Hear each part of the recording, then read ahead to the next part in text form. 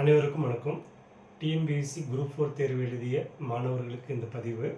TNPSC group 4 தேர்வு 2024 invalid மதிப்பெண் அறிமுகம். இந்த இன்வேலிட் மதிப்பெண் அறிமுகம் அப்படின்றது நிறைய பேருக்கு ஒரு இது புதுசாக இருக்குது, என்னவாக இருக்கும் அப்படின்னு நினைப்பாங்க. இந்த பதிவு பார்க்கலாம். தமிழ்நாடு அரசு பணியாளர் தேர்வாணையம் சார்பில் நடத்தப்பட்ட குரூப் 4 தேர்வு இன்வேலிட் மதிப்பெண் அறிமுகம் செய்யப்பட்டுள்ளது. தமிழ்நாடு அரசு பணியாளர் தேர்வாணையமானது குரூப் 4 தேர்வுக்கான அறிவிப்பை வெளியிட்டது. இதில் கிராம நிர்வாக அலுவலர், விஏஓ, வனக்காவலர், பில் கலெக்டர், ஆய்வக உதவியாளர், இளநிலை நிர்வாகி, கூட்டுறவு சங்கங்களின் இளநிலை ஆய்வாளர் மற்றும் பல்வேறு துறைகளின் இளநிலை உதவியாளர், தட்டச்சர், சுருக்கெழுத்து தட்டச்சர், நேர்முக உதவியாளர் பணிக்கென காலியாக உள்ள 6244 பணியிடங்களை நிரப்ப அறிவிப்பு வெளியிடப்பட்டது. இதற்கான தேர்வானது நடந்து முடிவு பெற்றுள்ள நிலையில் நடப்பாண்டில் குரூப் 4 தேர்வில் புதிதாக இன்வேலிட் மதிப்பெண் முறை அறிமுகம் செய்யப்பட்டுள்ளது.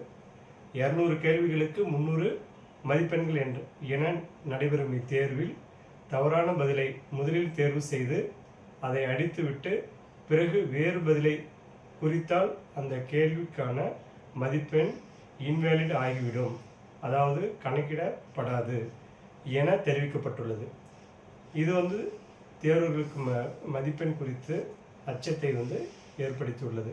இதில் என்ன அப்படின்னு பார்த்தீங்கன்னா, இன்வேலிட் மதிப்பெண்றது ஒரு கொஷினை நம்ம செலக்ட் பண்ணி ஃபஸ்ட்டே அதுக்கு ஆன்சர் கரெக்டாக நம்ம ஒன்று பண்ணிவிட்டு அதை தப்புன்னு நினச்சிட்டு கட் பண்ணிவிட்டு வேறு இன்னொரு ஆன்சரை ஷேர் பண்ணிங்கன்னா அது இன்வேலிட் மதிப்பெண் ஆயிரும் அப்படின்னு சொல்லியிருக்காங்க. நம்ம அச்சப்பட வேண்டியதில் மாணவர்கள் அச்சப்பட வேண்டியதில்லை.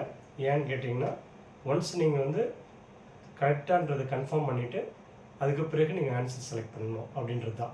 அதனால் நீங்கள் ஏற்கனவே இப்போ எழுதிட்டு வந்திருக்க மாணவர்கள் இந்த தேர்வில் எப்பயும் போல் நீங்கள் 1 to 200 கொஷினில் ஏவா, பிஆ, சிஆ, டிஆ, இஆ அப்படின்றத செலக்ட் பண்ணி எழுதியிருப்பீங்க.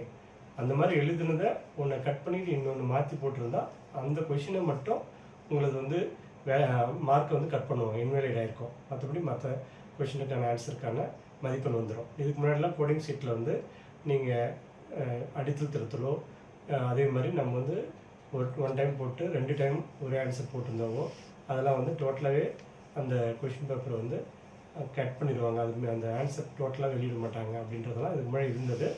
இப்போ நம்ம எது மிஸ்டேக் பண்ணுறோமோ அது மட்டும் இன்வேலிட் கொடுத்துருக்காங்க. அதனால் நம்ம பயப்பட வேண்டிய தேவையில்லை. அதே போல் டிஎன்பிஎஸ்சி குரூப் 4 தேர்வுக்கான ஆன்சருக்கு பல்வேறு கல்வி நிறுவனங்கள் வெளியிட்டிருக்கு, அதெல்லாம் பார்த்துருப்பீங்க.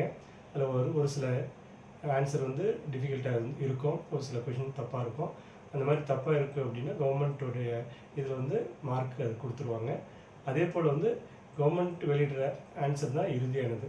ஒரு 3 to 4 கொஷின் எப்பயுமே நாம் சொல்கிறதுக்கும் கவர்மெண்ட் சொல்கிறதுக்கும் வித்தியாசம் இருக்கும். அதே போல் கவர்மெண்ட் வெளியிட்ட பிறகும் தவறுகள் ஏதாவது இருக்கும் பட்சத்தில் நம்ம அந்த இது எங்கிருந்து அதுக்கான ஆன்சர் கரெக்டாக இருக்குன்றத tnbc.com என்ற வெப்சைட்டில் கவர்மெண்ட்டே சொல்ல இத்தனை நாளுக்குள்ளே நீங்கள் அதை ப்ரொடியூஸ் பண்ணுங்கன்னு சொல்லுவாங்க. அதெல்லாம் ப்ரொடியூஸ் பண்ண பிறகு ஃபைனல் லிஸ்ட் வெளியிடுவாங்க. ஸோ இது ஏற்கனவே நமக்கு டிஎன்பிஎஸ்சி குரூப் 4 தேர்வுக்கான ஆன்சருக்கு வந்துடும் இந்த மாதத்துக்குள்ளேயே. அதே போல் ரிசல்ட் ஜனவரின்றது ஆரம்பத்திலே சொல்லிட்டாங்க.